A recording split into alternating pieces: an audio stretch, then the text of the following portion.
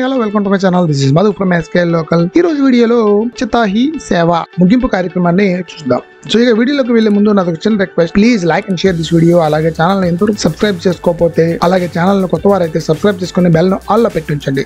అప్పుడే నేను next video చేస్తే మీకు నోటిఫికేషన్ వస్తుంది. ఇక వీడియోకి వెళ్ళిపోదాం. సో మన శ్రీకాకుళంలో కలెక్టర్ ఆఫీస్ ప్రక్కన ఉన్న డచ్ బిల్డింగ్ ఆవరణలో జరుగుతున్న స్వచ్ఛతా హీ సేవ ముగింపు కార్యక్రమంలో ముఖ్య అతిథులుగా మన జిల్లా కలెక్టర్ మరియు ఇతర అధికారులు, అలాగే మన ప్రాంత ఎంపీ, ఎమ్మెల్యే గారు కూడా హాజరై ఈ కార్యక్రమాన్ని విజయవంతంగా పూర్తి చేశారు. మన చుట్టూ ఉండే పరిసరాలు పరిశుభ్రతగా ఉంటేనే మనం ఆరోగ్యంగా ఉంటాం, బాగుంటాం అనే ఉద్దేశంతో భారత ప్రభుత్వం వారికి చేపట్టిన స్వచ్ఛతా హీ సేవ 2024 అదే క్లీన్ అండ్ గ్రీన్ కార్యక్రమాన్ని సెప్టెంబర్ 17 నుండి అక్టోబర్ 2 వరకు కూడా అదే గాంధీ జయంతి వరకు మన జిల్లా నలుమూలలా చేపట్టిన కార్యక్రమాలను ప్రస్తావిస్తూ ముందుగా గాంధీ గారికి చిత్రపటానికి పూలమాల వేసి కార్యక్రమాన్ని ప్రారంభించారు. సో తర్వాత మన జిల్లా కలెక్టర్ గారు అలాగే మిగతా అధికారులు ఈ స్వచ్ఛతా కార్యక్రమాన్ని వివరిస్తూ, మనం నిత్యం చేయవలసిన పరిశుభ్రత కార్యక్రమాలను గురించి వివరిస్తూ, అలాగే అక్కడికి వచ్చిన వారందరిచే స్వచ్ఛతా ప్రతిజ్ఞను చేయించి,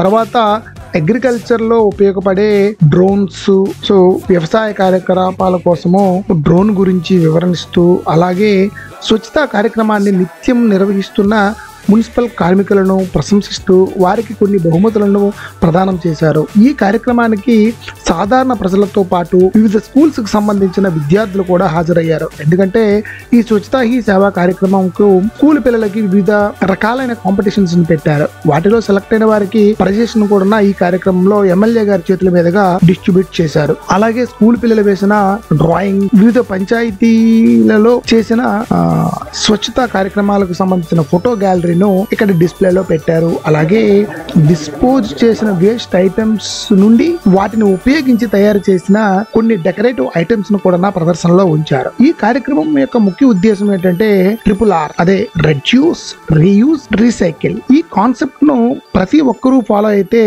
క్లీన్లీనెస్ దానంతట అదే డెవలప్ అవుతుందని వాళ్ళ నమ్మకం. అలాగే తర్వాత మొక్కలు నాటే కార్యక్రమాన్ని కూడా చేశారు. అలాగే ప్రదర్శనలో ఉన్న ఆర్ట్ గ్యాలరీని, అలాగే తయారు చేసిన గ్రామ పంచాయతీల నుండి తయారు చేసిన ఈ RRR కాన్సెప్ట్ తో తయారు చేసిన వస్తువులను పరిశీలించి తెలుసుకున్నారు. ఆ చివరగా ఫోటో సెక్షన్ కంప్లీట్ చేసుకుని కార్యక్రమాన్ని ముగించారు.